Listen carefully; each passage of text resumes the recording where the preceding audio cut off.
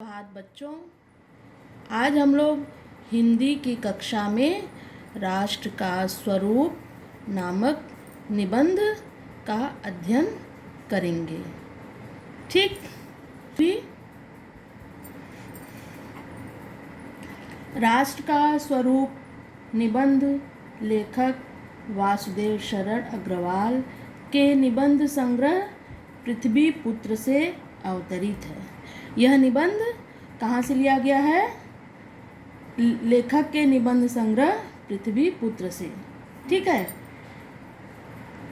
यह जो है आपके एग्ज़ाम में ऑब्जेक्टिव क्वेश्चंस के रूप में पूछा जा सकता है कि राष्ट्र का स्वरूप कहाँ से लिया गया, तो आप लोग लिखेंगे पृथ्वी पुत्र से लिया गया है। ठीक है, इस निबंध में लेखक ने 3 तत्वों भूमि, जन और संस्कृति पर प्रकाश डालते हुए बताया है कि राष्ट्र का स्वरूप इन्हीं 3 तत्वों अर्थात भूमि, जन और संस्कृति से ही निर्मित हुआ है।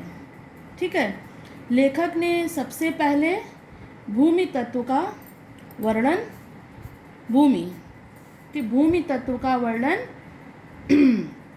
करते हुए बताया है कि भूमि का निर्माण, आप लोग देख रहे होंगे फर्स्ट लाइन में ही है कि भूमि का निर्माण देवों ने किया है। मतलब भूमि का जो ये हमारी भूमि है, इसका निर्माण किसने किया है?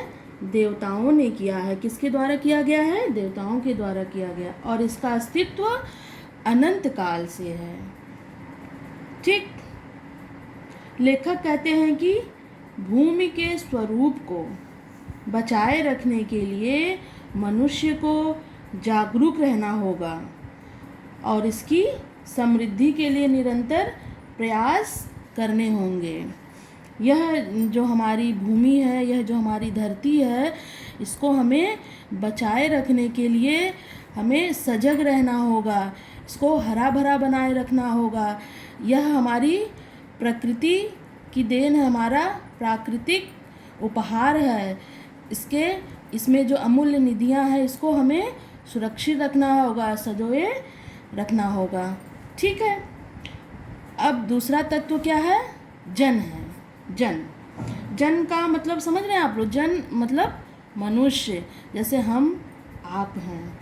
ठीक है, लेखक ने जन का वर्णन करते हुए कहते हैं कि कोई भी भूभाग तब तक राष्ट्र नहीं कहला सकता है जब तक उस पर जन समुदाय निवास न करते हों।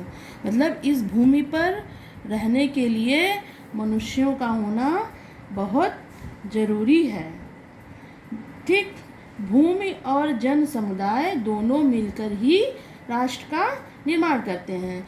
हमारे राष्ट्र का निर्माण किसके द्वारा होता है? भूमि और जन समुदाय के द्वारा। ठीक, जन समुदाय होने के कारण ही भूमि मातृभूमि की संज्ञा प्राप्त करती है। मतलब इस भूमि पर जो मनुष्य रहते हैं, उनको हम लोग यह कह सकते हैं कि भूमि हमारी माता है और हम उनके पुत्र हैं।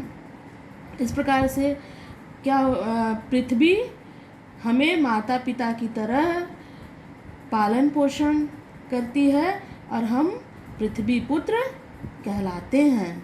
ठीक, लेखक का कहना है कि मनुष्य के हृदय में पृथ्वी के प्रति सच्ची श्रद्धा होनी चाहिए, सच्ची श्रद्धा भावना होनी चाहिए।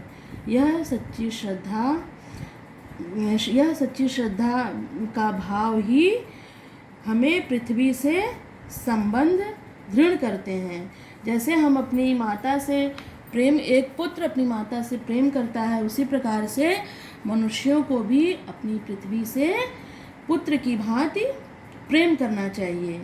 ठीक, इस विश्वास रूपी दीवार पर ही राष्ट्र रूपी भवन का निर्माण होता है और एक लंबे समय तक अपना अस्तित्व कायम रखने में समर्थ होता है।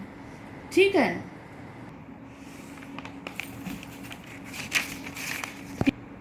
तीसरा आवश्यक तत्व है उस राष्ट्र की संस्कृति। ठीक। राष्ट्र के निर्माण में सबसे आवश्यक तत्व संस्कृति है, जिसका निर्माण मनुष्यों के द्वारा अनेक युगों में किया गया है। ठीक है। यही उसके जीवन की श्वास प्रश्वास है। बिना संस्कृति के जन की कल्पना कबंध मात्र है। संस्कृति मानव जीवन का अभिन्न एवं अनिवार्य अंग है। संस्कृति जो है मानव जीवन की अभिन्न एवं अनिवार्य अंग है। वास्तव में संस्कृति मनुष्य का मस्तिष्क है। हम ऐसे समझ सकते हैं कि जिस प्रकार से मनुष्य बिना मस्तिष्क के जीवित नहीं रह सकता है, उसी प्रकार से संस्कृति भी मस्तिष्क के ही समान है और इसके बिना मानव जीवन की कल्पना नहीं की जा सकती है।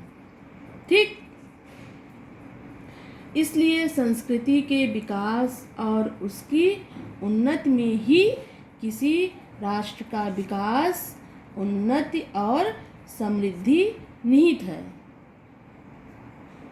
इस बात में कोई संदेह नहीं है कि राष्ट्र के संपूर्ण स्वरूप में संस्कृति का भी उतना ही महत्वपूर्ण स्थान है जितना कि भूमि और जन का होता है।